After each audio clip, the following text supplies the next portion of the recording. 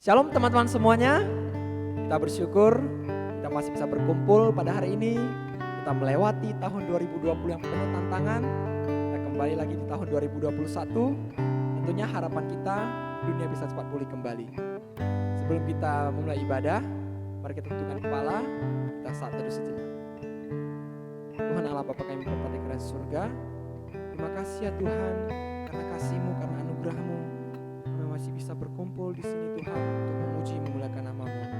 Tahun 2020 yang penuh tantangan telah lewat ya Tuhan, dan tahun 2021 yang baru ini Kau memberikan kami penyertaan baru, memberikan kami kasih yang baru dan anugerah yang baru yang begitu besar dalam kehidupan kami.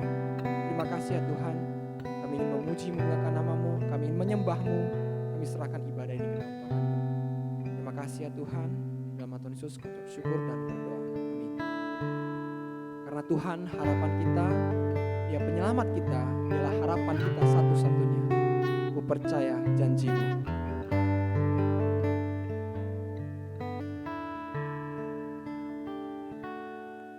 Saat ku hancur hati, ku datang padamu.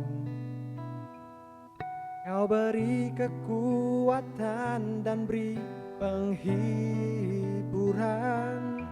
Saat tak seorang pun dapat ku andalkan, Kau yang memberi jalan, Kau yang menuntunku. Saat ku tak mengerti dalam hidup ini, namun firman-Mu selalu menerangiku. Engkau yang buatku kuat lewati semua.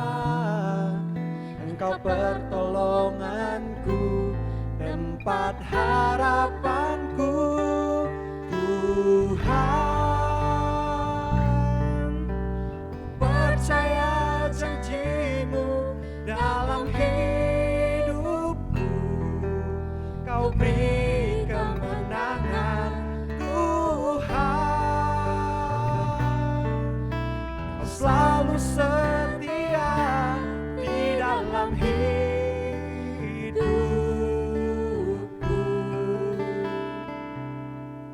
Kau berharga bagiku, Kaulah jaminanku dalam hidupku.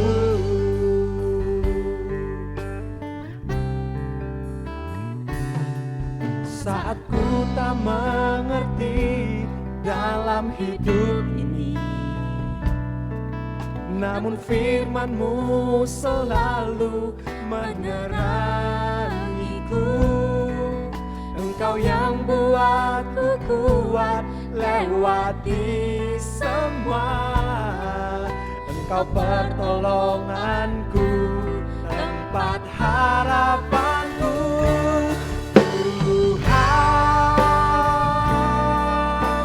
Tuhan, dalam hidupku. Kau beri kemenangan Tuhan. Kau selalu setia di dalam hidupku.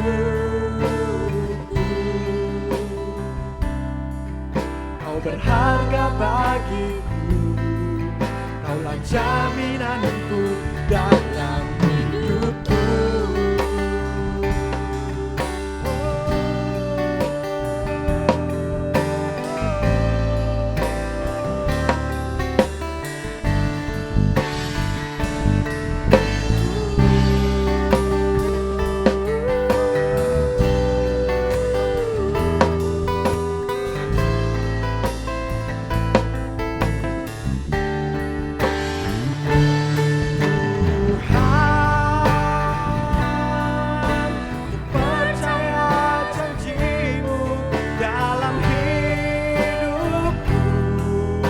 Kau beri kemenangan Tuhan.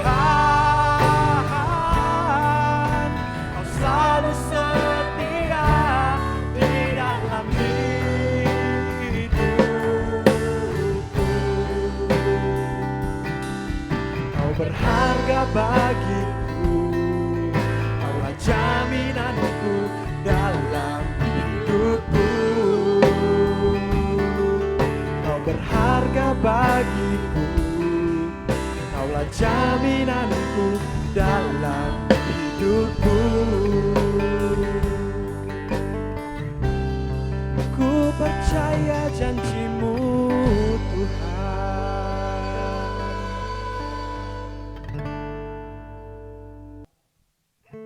Saya percaya di tahun 2021 yang baru ini Tuhan menyediakan hari-hari yang baru buat kita. Tuhan menyediakan kasih yang baru buat kita, dan Tuhan menyediakan kemenangan bagi kita. Kemenangan terjadi di sini. Ku menyembah dalam kudus hadirat-Mu, hampiri rata kasih karunia-Mu Bapa.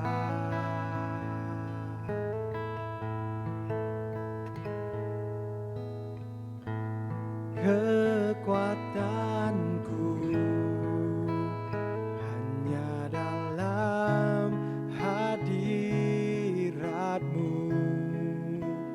Yesusku. Hanya Kaulah segalanya.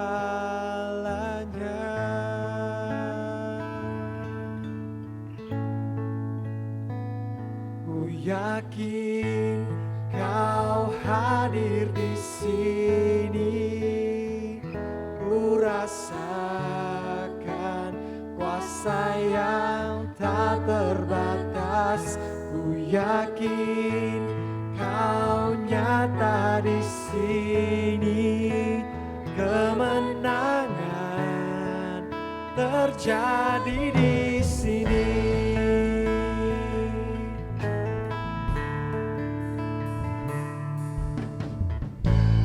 Ku menyembah di dalam kudus hadirat-Mu, hampiri rata kasih karunia-Mu Bapa.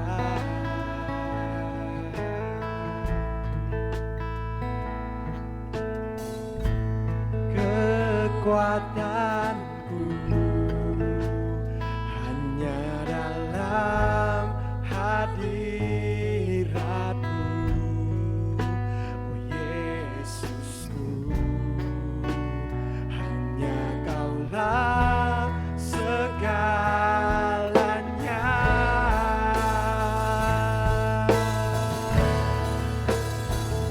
Ku yakin Kau hadir di sini.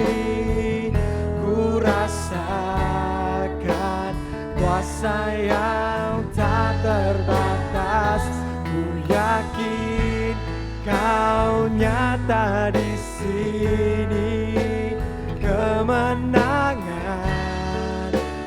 terjadi di sini.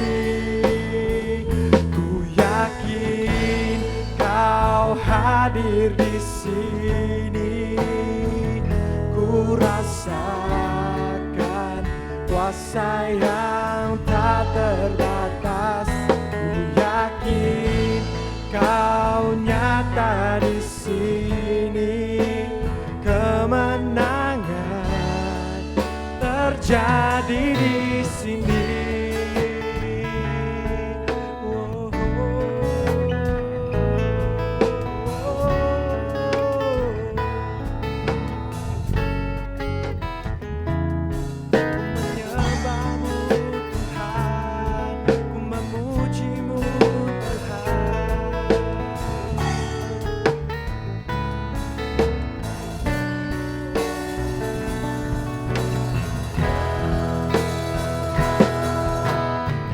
Segenap jiwaku memujimu.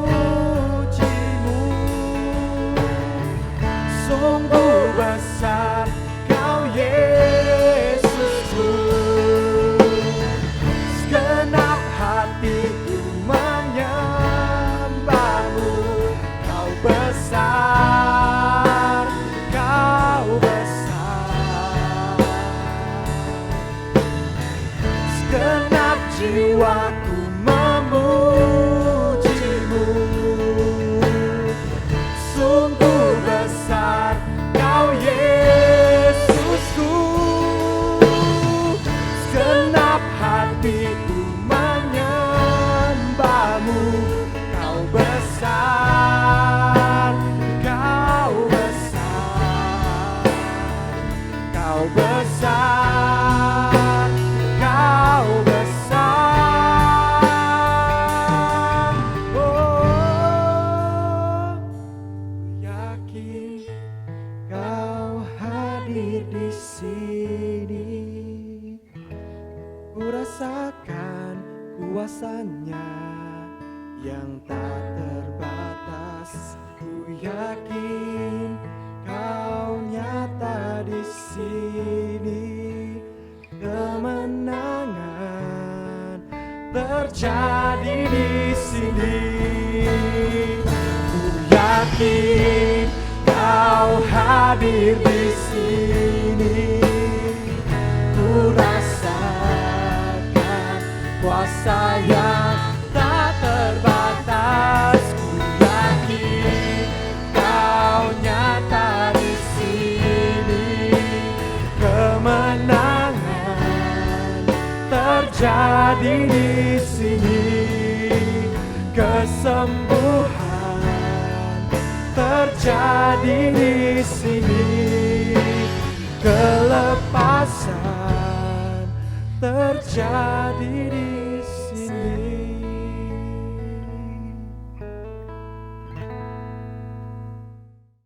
Mari kita mengikrarkan pengakuan iman rasuli. 使徒信经，我信上帝全能的父，创造天地的主。我信我主耶稣基督，上帝的独生者，因圣灵感应，由头真理玛利亚所生，在本丢比拉多受下受难，被钉于十字架，受这埋葬，第三天从死人中复活升天，坐在全能父上帝的右边，将来必从那里降临，审判活人死人。我信圣灵，我信圣而共的教会，我信圣徒相通，我信罪的赦免，我信身体复活，我信永生。阿们。主祷文：我们在天上的父，愿人都尊父的名为圣，愿父的国降临，愿父的旨意行在地上，如同行在天上。我们日用的饮食，今日赐给我们，赦免我们的罪，如同我们赦免得罪我们的人，不叫我们一切试探，拯救我们脱离凶恶。因为国度、权柄、荣耀全是父的，直到永远。阿们。Shalom teman-teman sekalian yang dikasihi oleh Tuhan. Senang sekali kita berjumpa kembali dalam ibadah Revival di awal tahun 2021 ini. Sebelumnya saya mengucapkan selamat tahun baru 2021 buat teman-teman sekalian. Kiranya di tahun ini yang merupakan tahun rahmat daripada Tuhan, kita semakin lagi setia hidup bersama dengan Tuhan, melayani Tuhan, dan bersaksi bagi kemuliaan Tuhan.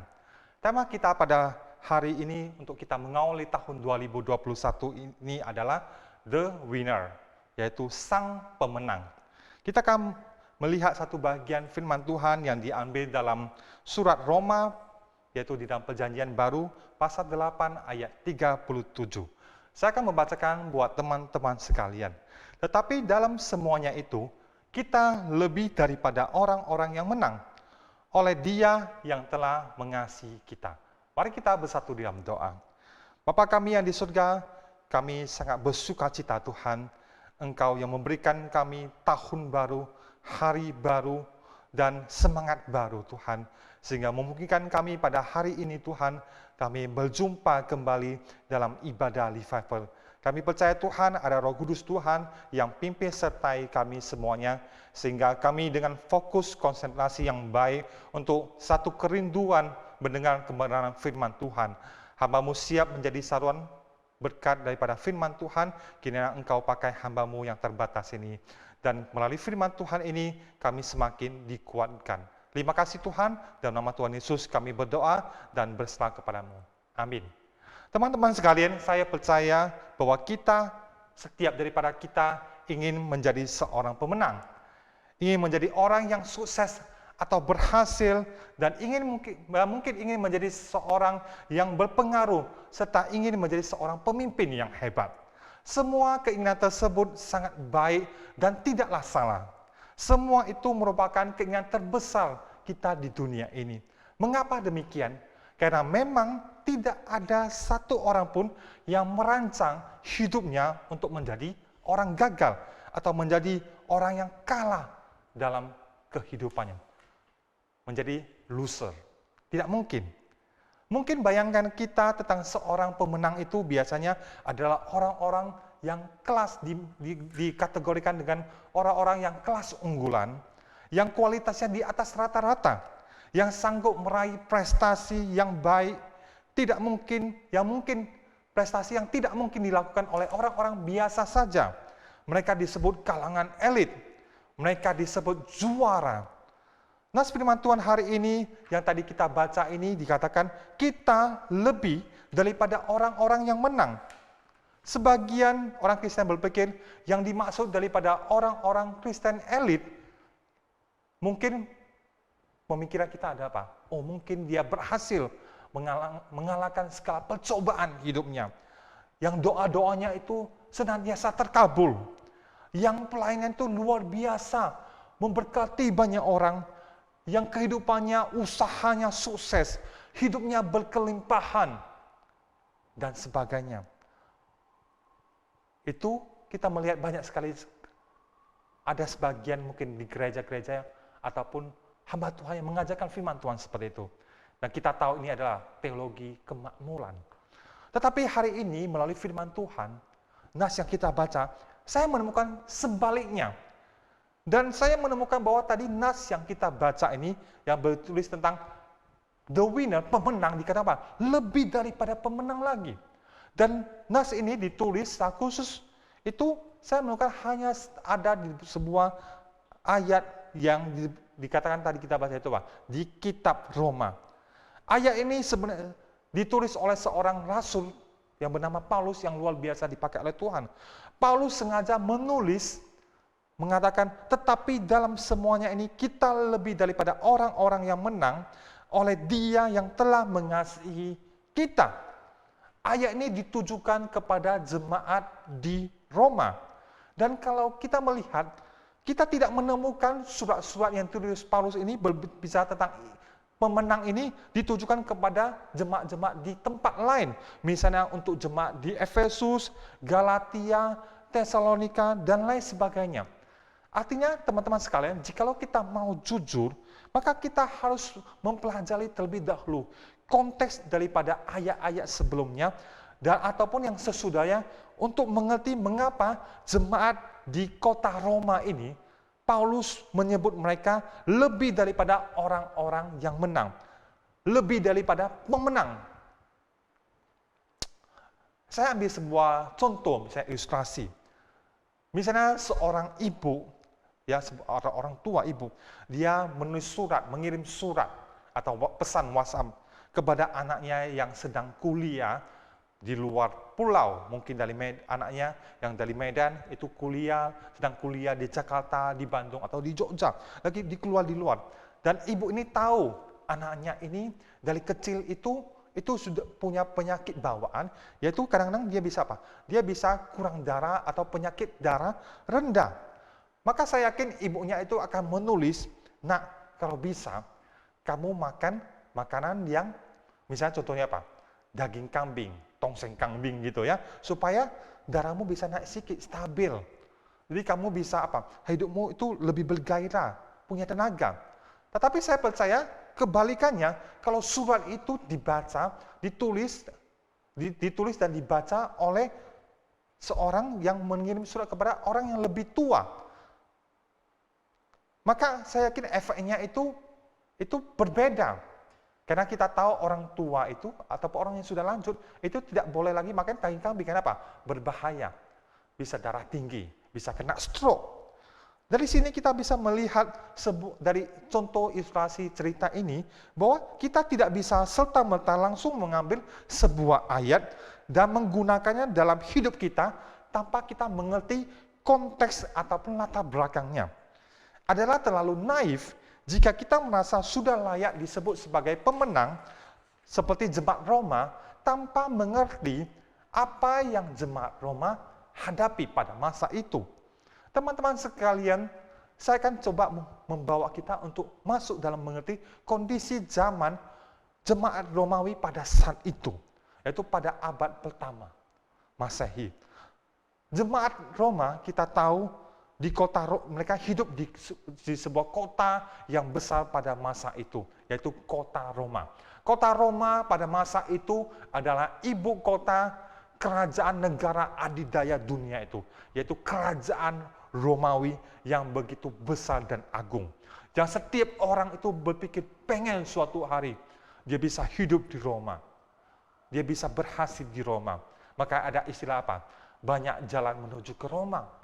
Roma itu identik dengan keberhasilan hidup manusia. Kalau kita usaha mungkin di kota kecil kita jadi orang kaya, itu bukan hebat. Tapi kalau kamu bisa menjadi orang kaya, orang terkenal, orang sukses di Roma, itu baru orang yang luar biasa. Tetapi kebalikannya dengan orang-orang Kristen yang di Roma, orang percaya pengikut Kristus yang di Roma itu. Mereka dianggap sebagai sebuah sekte pada waktu, sekte kecil. Dan mungkin saya dianggap sebagai sekte sesat oleh penduduk di situ. Baik oleh orang Romawi maupun orang Yahudi. Dan mereka seringkali menghadapi persekusi, yaitu penindasan, ketidakadilan dalam hidup mereka. Tidak jarang menemukan bahwa pasukan Romawi menangkap dan menyiksa orang Kristen dan memaksa mereka meninggalkan iman Kristen mereka untuk menyembah kepada dewa-dewi Romawi ataupun patung kaisar yang dibuat pada saat itu.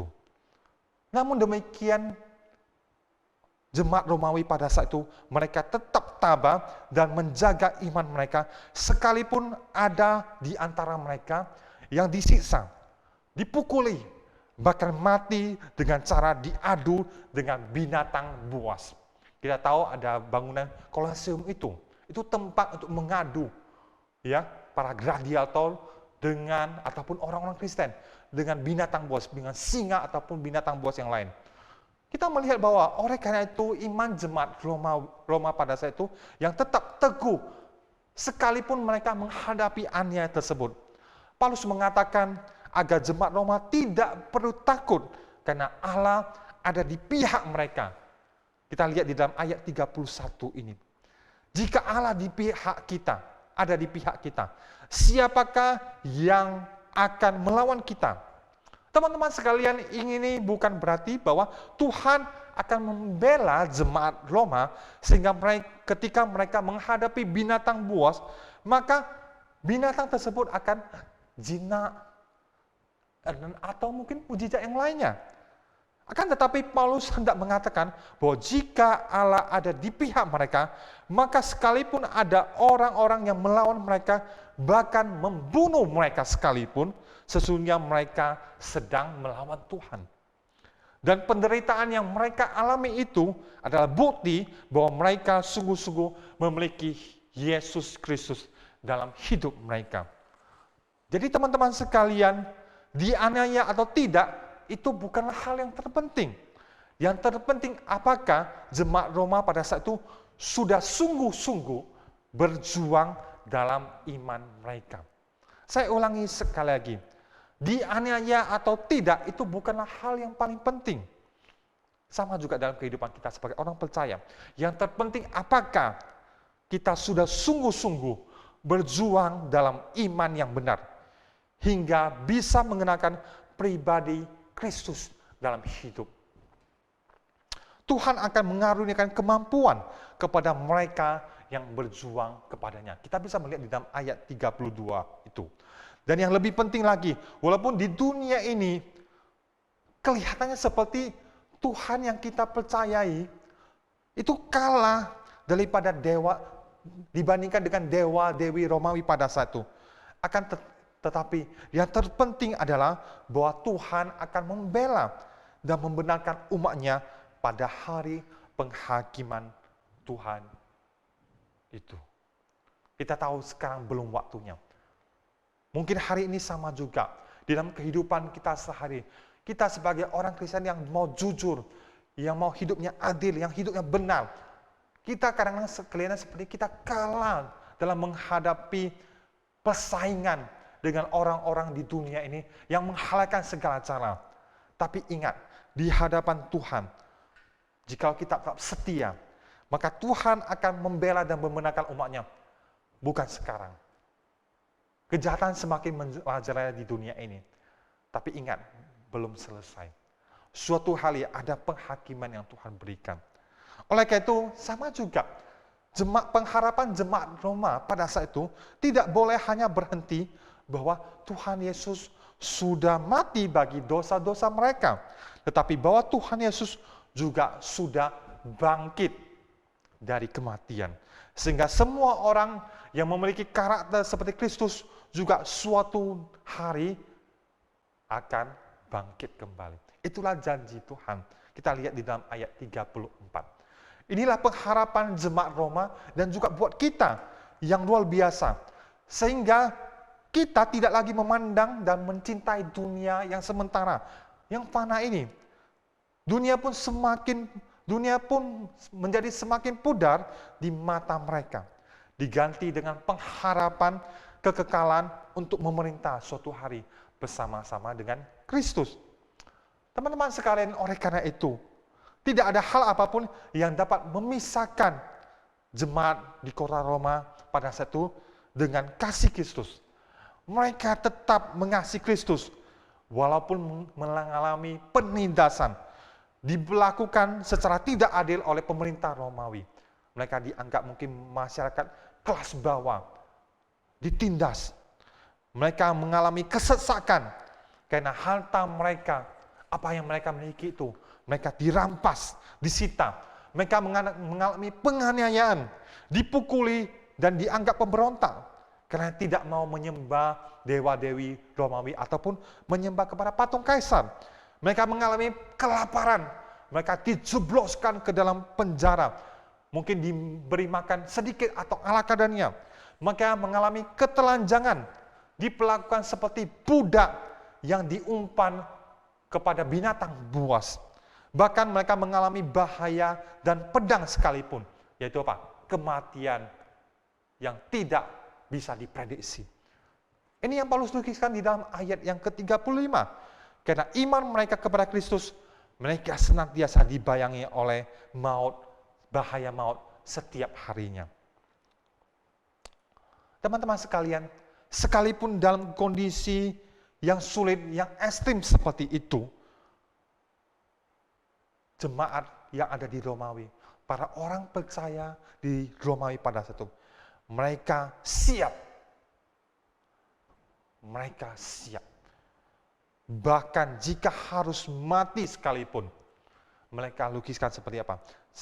Di ayat 36. Ibarat domba-domba yang sedang mengantri untuk disembelih. Begitu tragisnya. Nah, dengan melihat kondisi, konteks aniaya dan penindasan yang dialami oleh jemaat Romawi pada saat itu, tentu di mata orang lain, jemaat Roma itu dianggap sebagai pihak yang kalah. Mereka tidak punya uang, mereka tidak punya pengaruh, dan secara kedudukan politik, mereka dianggap sama seperti budak, bahkan lebih parah dianggap sebagai penjahat yang tidak bisa membela dirinya sendiri. Banyak jemaat Roma yang harus dianiaya, bahkan mati karena membela iman mereka. Namun demikian, Paulus menegaskan bahwa walaupun orang dunia memandang bahwa pemerintah Romawi adalah pihak yang menang, dan jemaat Roma, orang Kristen yang setia pada saat itu, adalah pihak yang kalah, tetapi di mata Tuhan, perhatikan baik-baik, di mata Tuhan, mereka orang yang setia percaya pada Tuhan, orang-orang jemaat Roma pada saat itu, mereka di mata Tuhan, God see they, mereka adalah orang yang lebih daripada orang-orang yang menang. Itu tentu bukan karena kekuatan diri mereka sendiri. Siapa yang sanggup menghadapi penindasan, kesulitan, tetapi karena ada karya Roh Kudus dalam diri mereka. Dan ketaatan mereka untuk mau melakukan kehendak Bapa. Penting sekali. Mau melakukan kehendak Bapa untuk bisa melewati kesulitan, bahkan maut, ajar yang mau tiba. Kita bisa melihat di ayat 37 bagian bawah. Tentu teman-teman sekalian, ada konsekuensi logis menjadi orang-orang yang lebih dari pemenang dalam konteks jemaat Roma ini. Bukanlah kemudian hidup mereka menjadi enak dan nyaman. Justru pernyataan Paulus bahwa mereka lebih dari pemenang membuat mereka harus siap mempertaruhkan apapun bagi kerajaan Tuhan. Paulus mengatakan bahwa jika jemaat Roma sudah mencapai level lebih daripada pemenang, maka tidak ada satupun hal yang dapat memisahkan mereka dari kasih Tuhan. Dan mereka akan tetap mengasihi Tuhan, entah hidup atau mati, entah ada malaikat-malaikat. Ini malaikat bukan mengatakan bahwa malaikat Tuhan, tapi apa? Malaikat jahat. Mungkin malaikat jatuh, fallen angels, yang mengganggu hidup orang percaya, yaitu iblis. Yang seperti singa yang meraung, yang siap untuk menerkam.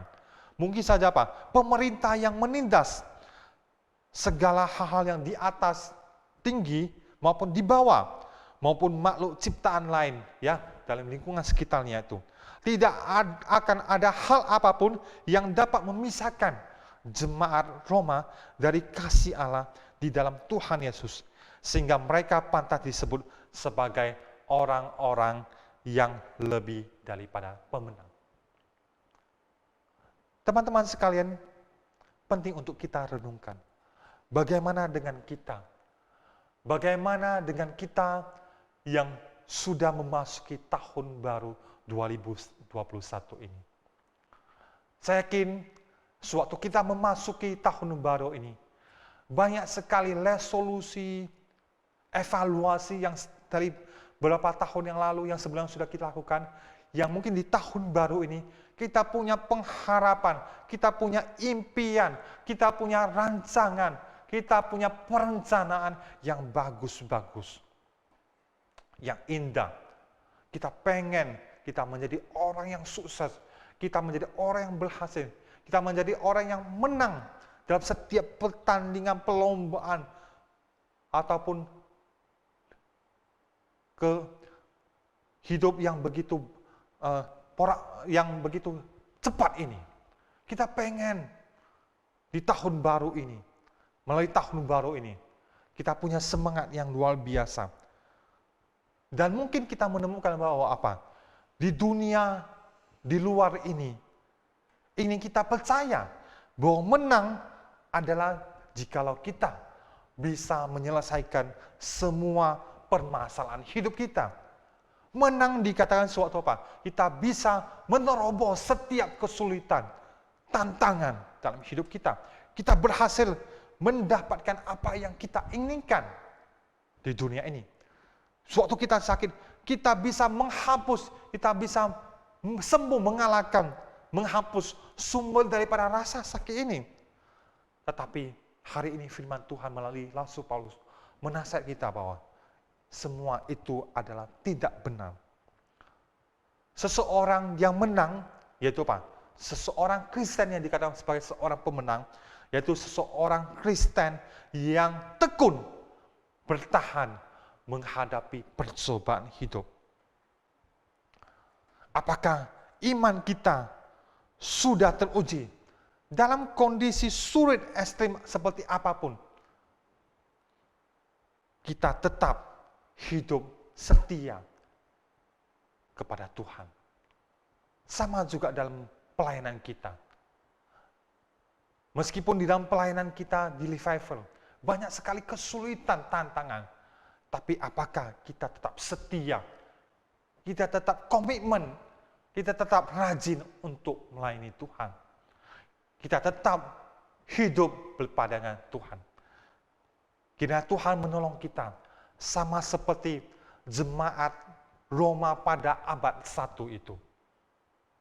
Hari ini juga Tuhan mau menguatkan kita, mengandalkan Roh Kudus Tuhan untuk mengalahkan setiap kesulitan hidup kita. Asalkan kita tetap setia dan mengandalkan Tuhan dalam hidup kita. Dan akhirnya Kitalah yang menjadi seseorang yang lebih daripada pemenang di dunia ini. Pemenang di dunia ini hanya sementara. Hari ini engkau mungkin menjadi sebuah pemimpin perusahaan atau seorang yang berhasil dalam usaha pekerjaanmu. Tapi kita nggak tahu, besok, setahun berikutnya, 5 tahun berikutnya, itu hanya sementara. Di dalam kitab Pengkhotbah mengatakan, segala yang ada di dunia ini adalah kesia-siaan. Karena sementara saja, teman-teman sekalian. Kecantikan, kegantengan itu hanya sementara. Suatu kali usia bertambah, dan kulit kita akan menjadi bertambah tua. Itu hanya sementara, teman-teman sekalian. Keberhasilan hidup juga hanya sementara. Tapi hari ini, yang Tuhan mau supaya kita menang, bukan hanya sekarang. Lebih daripada pemenang yang ada di dunia itu, yaitu suatu kali kita akan kembali kepada Bapa dan dikatakan, hai engkau yang setia, engkau yang jujur, engkau yang bertekun akan Tuhan, untuk bekerja bagi Tuhan, untuk melayani Tuhan dengan sungguh-sungguh. Masuklah, nikmatilah jamuan yang kekal bersama dengan Tuhan. Dan Tuhan akan memberikan mahkota kehidupan buat kita. Kiranya melalui firman Tuhan ini, kita semakin setia, kita semakin menghidupi firman Tuhan, kita semakin tekun bertahan. Tuhan memberkati kita sekalian. Mari kita bersatu dalam doa. Bapa kami yang di surga, kami bersyukur atas kasih-Mu. Engkau yang izinkan kami memasuki tahun 2021. Semua ini karena rahmat-Mu. Oleh karena rahmat-Mu, kasih karunia-Mu dalam hidup kami. Meskipun kami mengalami kondisi badai kehidupan, pandemi yang tidak tahu kapan akan berhenti. Kesulitan hidup, tantangan pelayanan ke depan, kami tidak tahu Tuhan. Tetapi kami percaya Tuhan, Engkau Tuhan yang memegang hari esok. Tuhan yang memimpin setiap langkah hidup kami.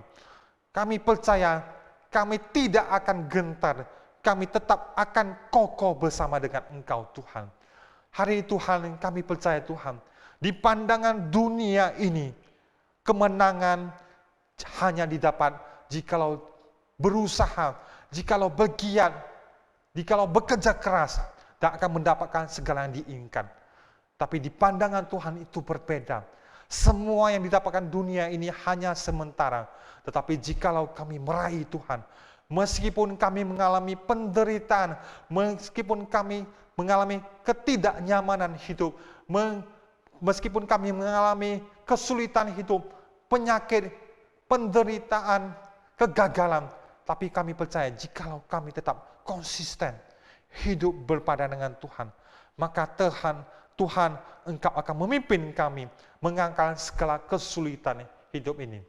Kami percaya juga Tuhan Engkau akan berkati kami, tambahkan kasih karunia dalam hidup kami, berkat yang daripada surgawi, sehingga mata kami punya kepekaan untuk melihat apa yang menjadi keinginan hati Tuhan saja.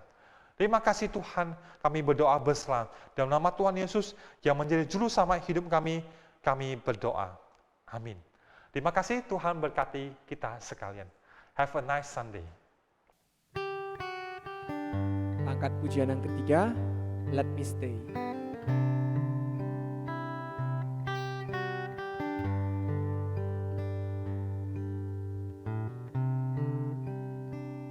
我属于你，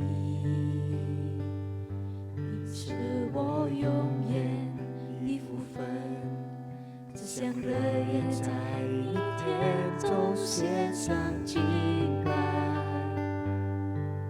定睛在你的荣美，只想一切别暗淡，除你以外，我还能有谁？我属于你，你是我永远的福分，只想热夜在一天中献上敬拜，定睛在你的荣美，世上一切别暗淡，除你以外，我还能有谁？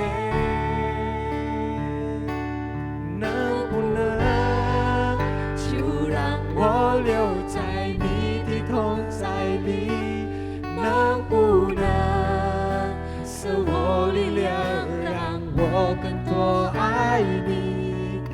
我哪都不想去，只想热夜在你天中，献上敬拜，全心全意来爱你。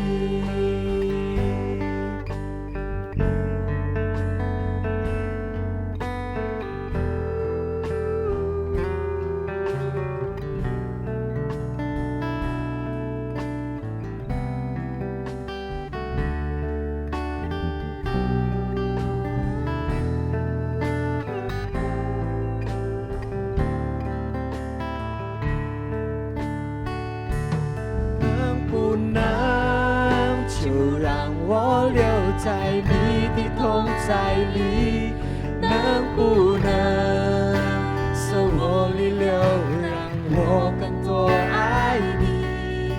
我哪都不想去，只想热夜在你天中，献上敬拜，全心全意来爱你，一生爱你。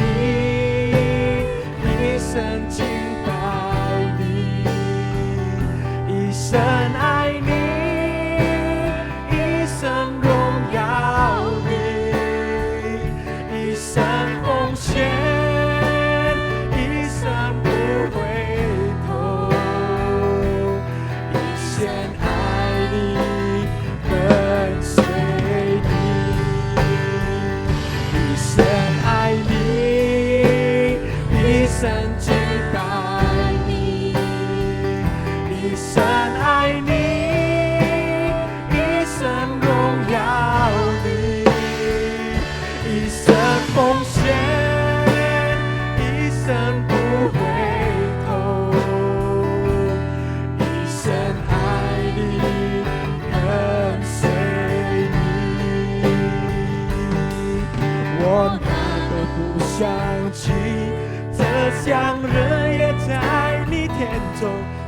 向敬拜，全心全意来爱你，全向敬拜。